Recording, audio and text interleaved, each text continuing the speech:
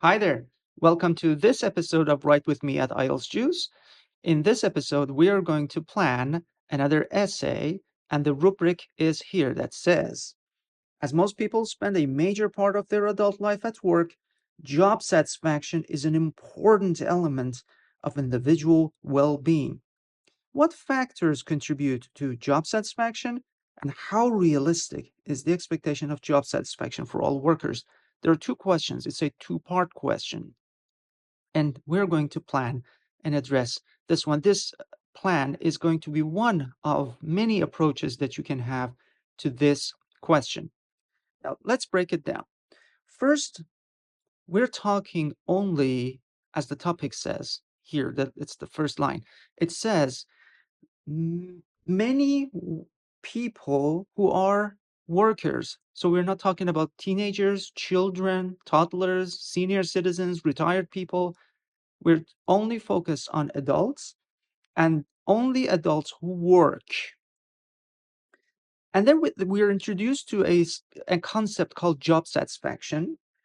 And we consider that as an important element for our health, these adults' health, these employees' health.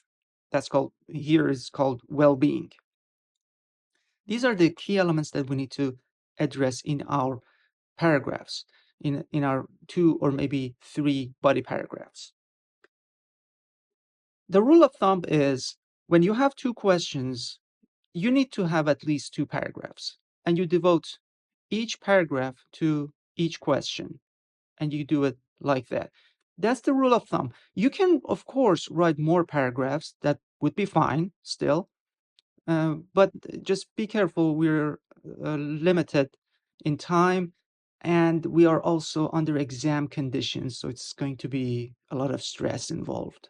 So the way we start, we usually need to, well, somehow grab the reader's attention so that the reader forgets anything else that is going around and is attracted to our essay.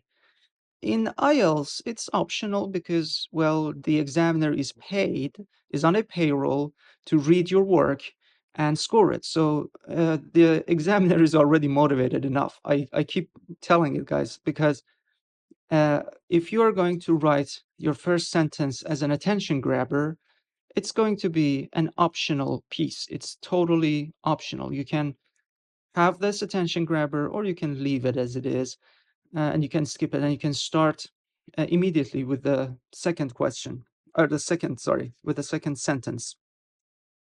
And your second sentence is going to be a connecting information. Now, in this case, let's just say there are many factors that contribute to job satisfaction. Okay, we can say we can start a sentence by saying and grabbing people's attention that uh, according to some statistics, in some countries, the number of people who are satisfied with their jobs is going down, and it's going down dramatically. Or you can start by saying many governments are setting budgets to improve job satisfaction among the employees in businesses inside that country. And there are many reasons they do so, because they realize that the factors A, B, and C, or just factors A and B, contribute to lack of satisfaction or being dissatisfied with work. And then what you do, you write to your thesis statement. This is the most important, this is the most important sentence of your entire essay. And in your thesis statement, you need to mention both of these questions, and you need to say factors. If you haven't already in the connecting info, you need to mention here that, okay, there are factors A, B, or maybe C. It's optional. The third one is optional. And you need to say that, yes, these contribute to job satisfaction or job dissatisfaction. And then you need to somehow give a little bit of hint on the third one, that if governments implement these ideas, then, well, this might be achievable. It is real. It's a realistic approach to solving these problems. So that can happen. You need to mention both of them with the emphasis on the first one here and a little bit of information for the second question in your thesis statement. Remember, this is the most important sentence of your entire essay. So what happens next? We, of course, need some topic sentences. So let me bring and introduce some topic sentences to our system. There you go. Okay. Now, a topic sentence here needs to say that there are, depending on the number of factors you will have, you need to say, yeah, I have 2 factors. I believe there are 2 factors. I know there are many factors. I understand. But you need to go ahead and still say that these 2, I believe, are the main ones. Or these 3 are the top most important factors contributing to this, I don't know, phenomenon. So here, you then talk about factor A, you introduce it, then you need another sentence to develop it, and hopefully you need another sentence, like maybe like a little example to expand on it. And then you start factor B, and you say the same thing about this.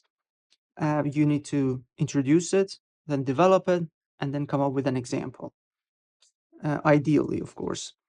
And if you have another factor, that is also doable. So you put 3 factors, but make sure every time you write one of these, it has to be developed. So introduced, developed, and then you give some further information, maybe an example or just further information so that the reader understands fully what you meant.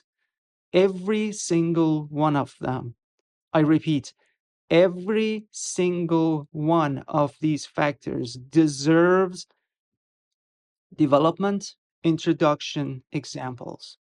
Every single one of them. So if you cannot come up with a proper example for the third one, forget it. You don't have to. 2 is enough, and that's it. You don't have to write 3. By writing 3, you are not showing the examiner that you have the power to actually develop something. No. If you introduce one object or one item, one factor, and you don't develop it well, you will lose marks. This is serious.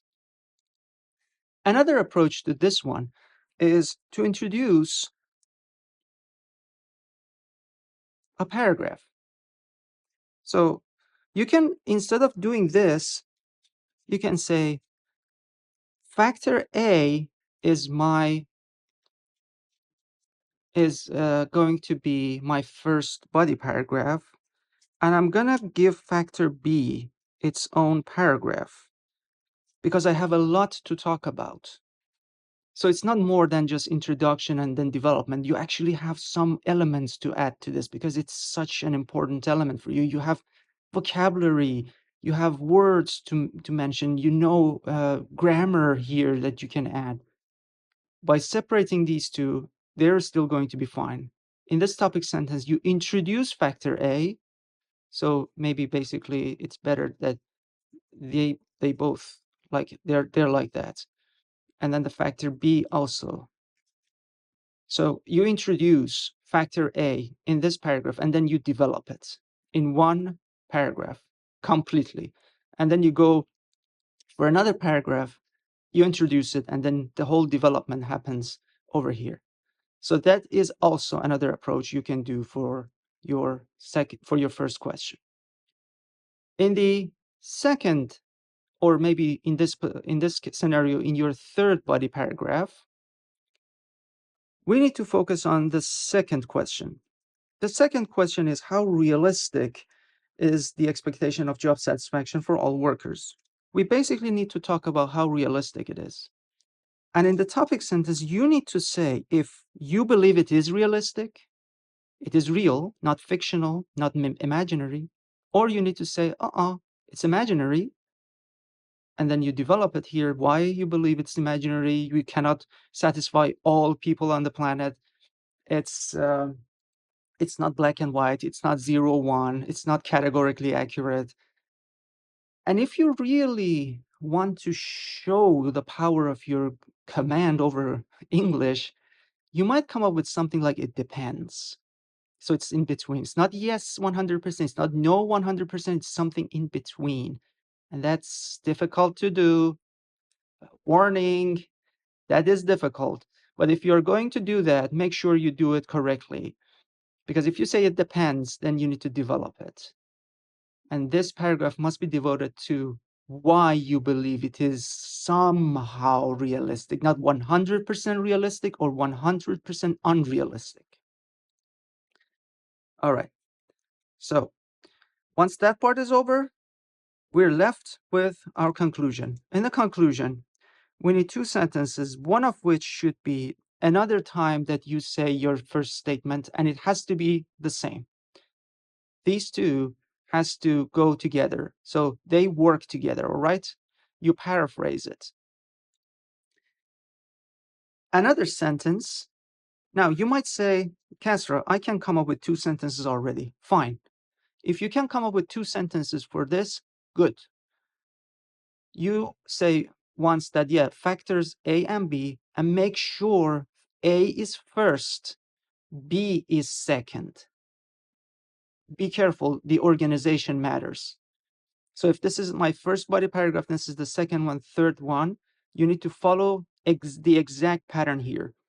So you need to say factor A and factor B, and then you need to say that these are the 2 factors. You finish that sentence, you start another sentence. In the second sentence here, you talk about how realistic it is.